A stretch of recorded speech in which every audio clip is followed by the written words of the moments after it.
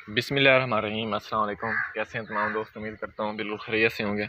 आज की इस वीडियो में आप लोगों के साथ एक बार फिर हम लोग बेर को ग्राफ्ट करने लगे हैं। तो इस टाइम पिछली बार जो मैंने वीडियो बनाई थी उसमें आप लोगों को बड ग्राफ्टिंग का बताया था टी शेप में।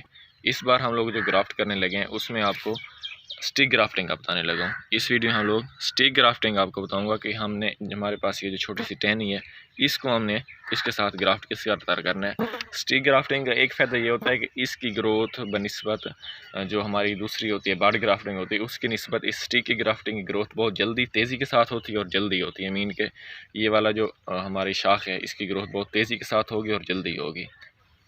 तो सबसे पहले जो आपने ये शाख लेनी है उसको पिछली बार जो हमने इसका सिर्फ छिलका लिया था और उसको रखा था, इस बार हमने जो इसका करना है पहले हमने इसको इस तरह देख लेना है कि जैसे कि हम लोग इसको यहाँ पर लगा रहे हैं तो किस तरह इसके ऊपर ये ठीक आएगा। देखें इस तरह ये ठीक नहीं आएगा, इस तरह भी नहीं रहेगा ठीक, इस तरह भी ठीक है, और अगर हम लोग इसको इस तरह रखते हैं फिर भी ठीक है। ठीक है, तो अब हम यहाँ साइड से इसकी जैसे हम कलम बनाते हैं उसी तरह हमने इसकी कलम बना लेनी है, बिल्कुल इसकी कलम बना लेनी है। अच्छी तरह इसको तराश करना है आपने।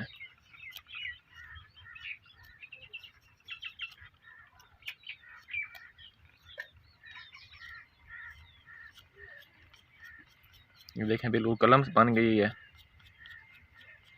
अब क्या करना है, इसको अब उसी तरह जैसे कि पहले हमने टी किया था टी करेंगे, टी की तरह इसको शेप देंगे। एक बात आपने याद रखनी है कि जितनी आपकी ये नई शाख होगी इसमें इतना ज़्यादा रस होगा, उतनी अच्छी ग्राफ्टिंग होगी, उतनी जो ग्राफ्टिंग का है सक्सेसफुल होने के चांसेस है वो भी उतने ही ज़्यादा होंगे। जितनी पुरानी शाख होगी इसका चमड़ा उतना सख्त होगा।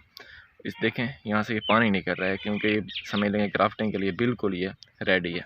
जितना सख्त चमड़ा होगा उतनी हमारी ग्राफ्टिंग जो है वो मुश्किल होगी। फिर आपने इसी तरह इसका ये इस तरह ग्राफ्टिंग आप लोग किसी भी पौधे को कर सकते हैं। ग्राफ्टिंग करने के लिए सेम मेथड यूज़ होते हैं।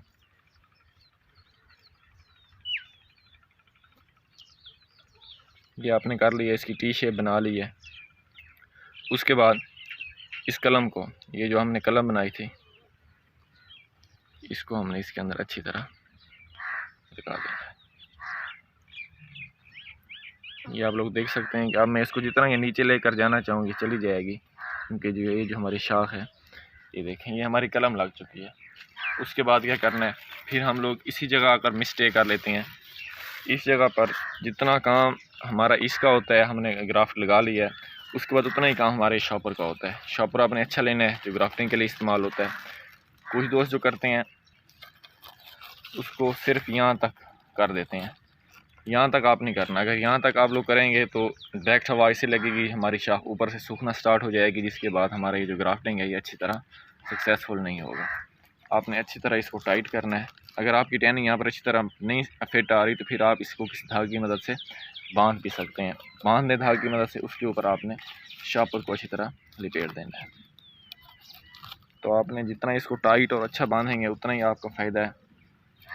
ये आपको बता देगा कि जिस टाइम ये हमारी जो शाख है, ये मेरे पास थोड़ा कागज़ भी छोटा था, चलें खैर,